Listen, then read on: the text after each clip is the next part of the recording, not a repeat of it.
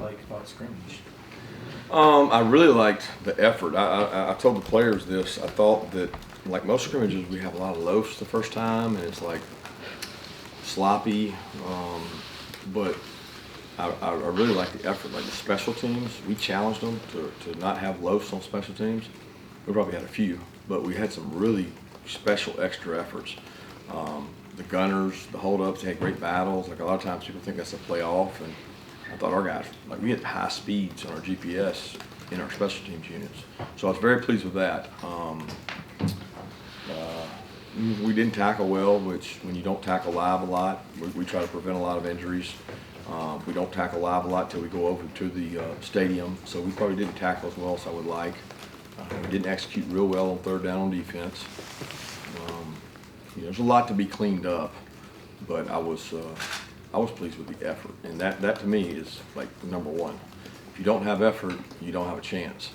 And we did have good effort. There were some big collisions. There were 2 or 3 really good physical hits, like on both sides of the ball. So I like the fact that the players were into it. They were energized. People were on the sidelines cheering. It was not a ho hum type day. Kirby, you're a little bit past halfway in the spring. Just what have you learned about this group as a whole, and what do you still want to see in what's left, and then going into G-Day? Yeah, we have a long way to go in some position groups to get where we need to get.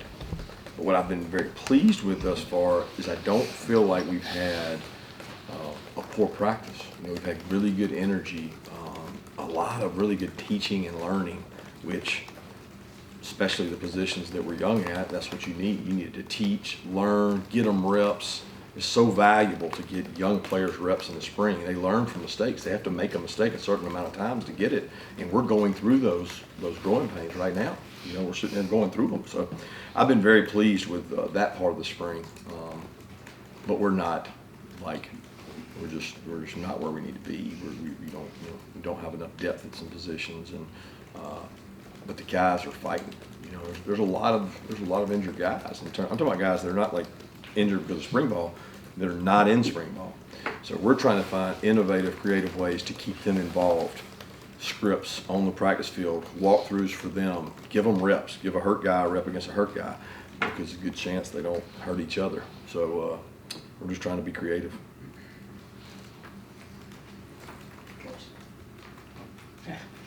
Coach, I know we ask you this all the time this time of year, but did any of the early enrollees kind of catch your eye on Saturday?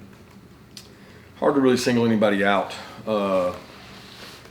Nobody really. I mean, if I do, y'all will anoint them. I mean, y'all just write about it. Like y'all are going to do anyway. I mean, y'all take word of mouth. There was stuff written about guys in the scrimmage that was so far from the truth, but whatever. I mean, I think those guys are coming along. I can't sit here and say that any, one, not mid-year wise, like guys that stood out or anything.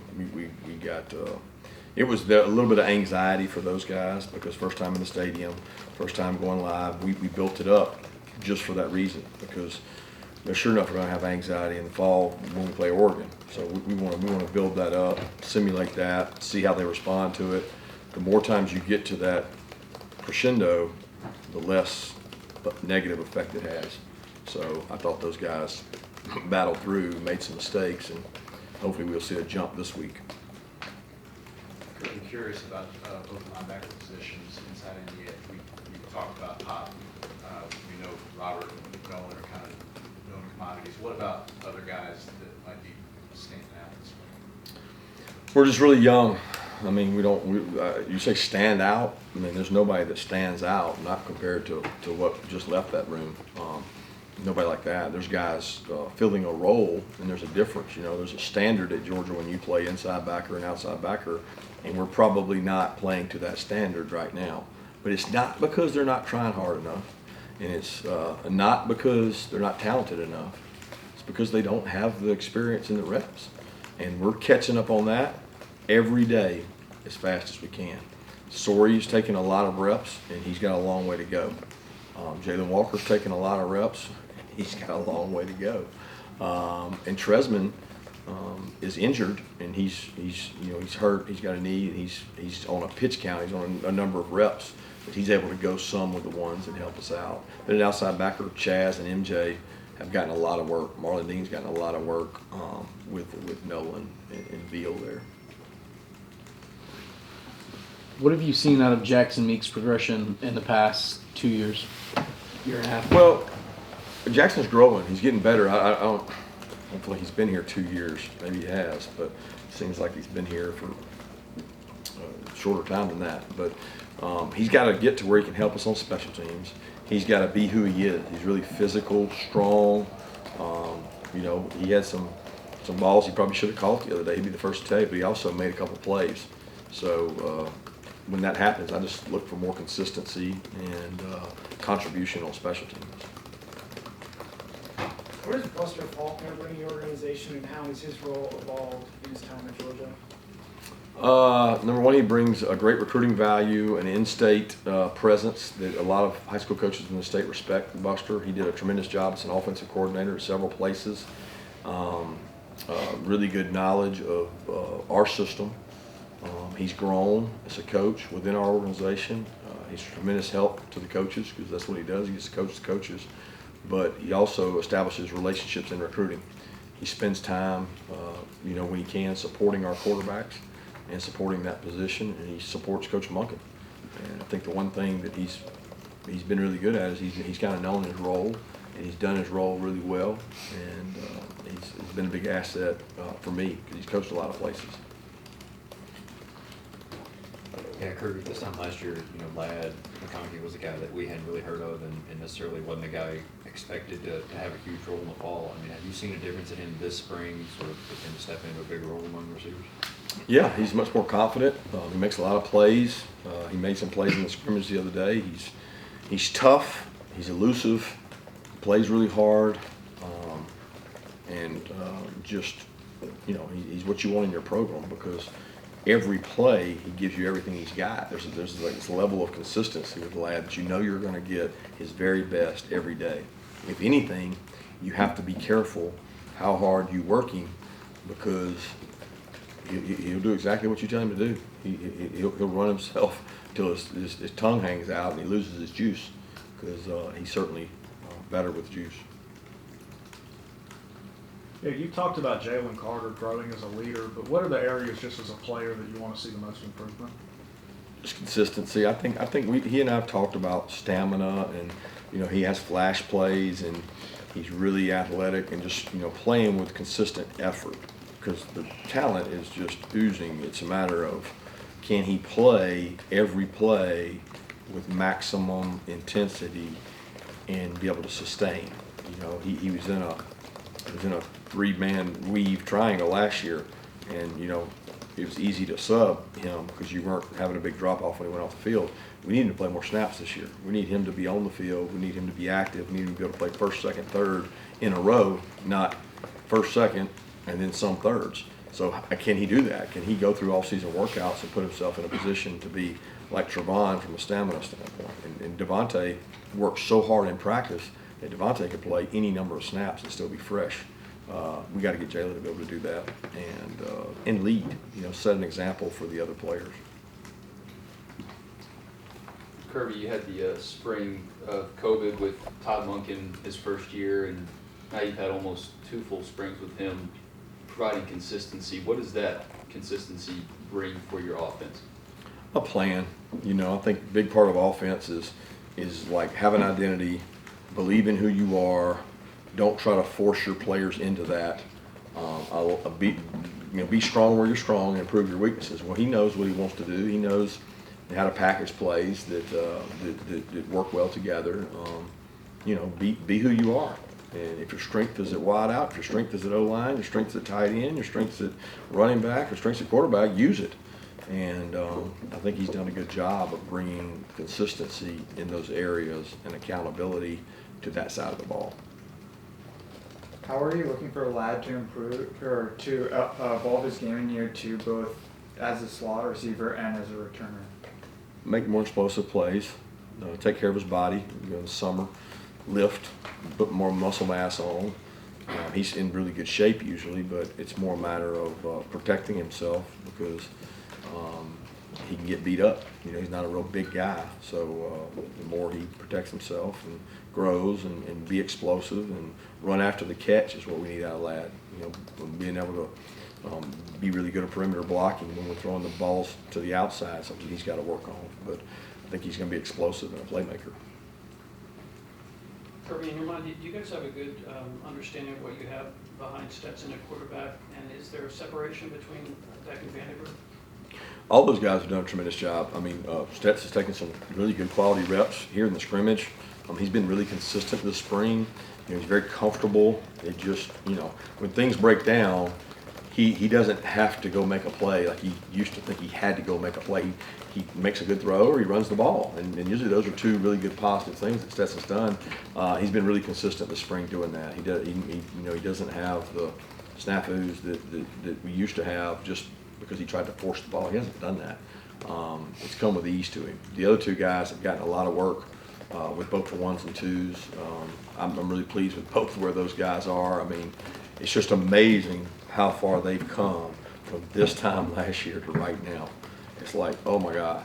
I mean, it's just Brock probably even further. You know, he was a little bit younger, and Carson didn't get that COVID spring, so they really are both in their, I guess they're really their second spring, right? But they've come so far, and you know, I love getting to watch them play with both those groups because you see their strengths when they get to go with those groups, and so you know, we're in a good position at that position, and each one of them's developing.